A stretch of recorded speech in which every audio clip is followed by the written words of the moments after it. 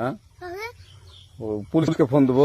Please আমাকে ক্ষমা করে দাও, প্লিজ প্লিজ আমাকে ক্ষমা করে দাও, প্লিজ। কেটা আম পড়েছে? ওই ফারুককে ধরে নিয়ে আসেন, ওয়ে দিরাচ্ছে, আমি দিরাই নাই, প্লিজ। ওই আমটা তুল আমটা তুল। কোনটা আম?